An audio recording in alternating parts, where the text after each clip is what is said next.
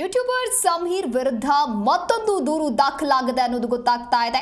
ಚಿಕ್ಕಮಗಳೂರು ಜಿಲ್ಲೆಯಲ್ಲಿ ಧರ್ಮಸ್ಥಳಕ್ಕೆ ಸಂಬಂಧಪಟ್ಟಂತೆ ಪ್ರಕರಣದಲ್ಲಿ ಯೂಟ್ಯೂಬರ್ ಸಮೀರ್ ವಿರುದ್ಧ ಇದೀಗ ಮತ್ತೊಂದು ದೂರು ದಾಖಲಾಗಿದೆ.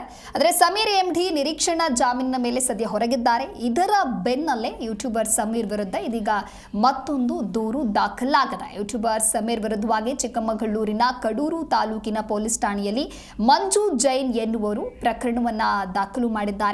ಧರ್ಮಸ್ಥಳದ ಬಗ್ಗೆ ಅಪಪ್ರಚಾರವನ್ನ ಮಾಡಿ ನಮ್ಮ ಭಾವನೆಗೆ ಧಕ್ಕೆಯನ್ನ ತಂದಿದ್ದಾರೆ.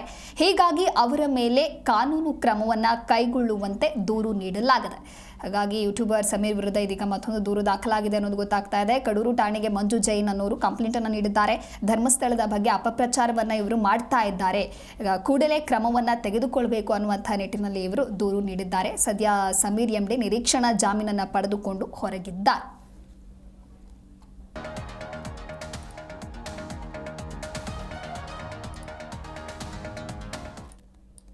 ನಮ್ಮ ಭಾವೈಕ್ಯತ ಕ್ಷೇತ್ರ, ಈ ಕ್ಷೇತ್ರದ ವಿರುದ್ಧ ಅಪಪ್ರಚಾರ ಬಿಂಬಿಸೋರ ವಿರುದ್ಧ ಈ ದಿನ ನಾನೊಂದು ಕಂಪ್ಲೇಂಟ್ ಕೊಟ್ಟಿದ್ದೀನಿ.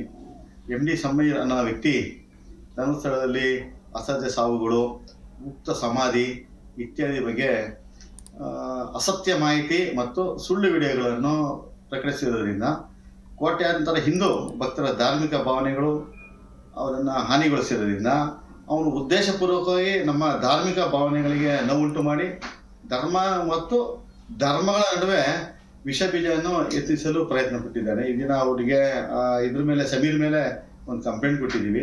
ಇಲ್ಲಿ ಸಬ್ ಇನ್ಸ್ಪೆಕ್ಟ್ರು ತಗೊಂಡು ಅವರು ಇಲ್ಲ ಇದನ್ನು ನಾವು ಇಲ್ಲಿ FIR ಮಾಡ್ಲಿಕ್ಕೆ ಬರಲ್ಲ ಅಂತ ಹೇಳ್ತಾ ಇದ್ದಾರೆ. ಸುಮೋಟೋ ಕೇಸ್ ಆಗಿರೋದು ಕರ್ನಾಟಕದಲ್ಲಿ ಒಂದೇ ಒಂದು ಕಡೆ.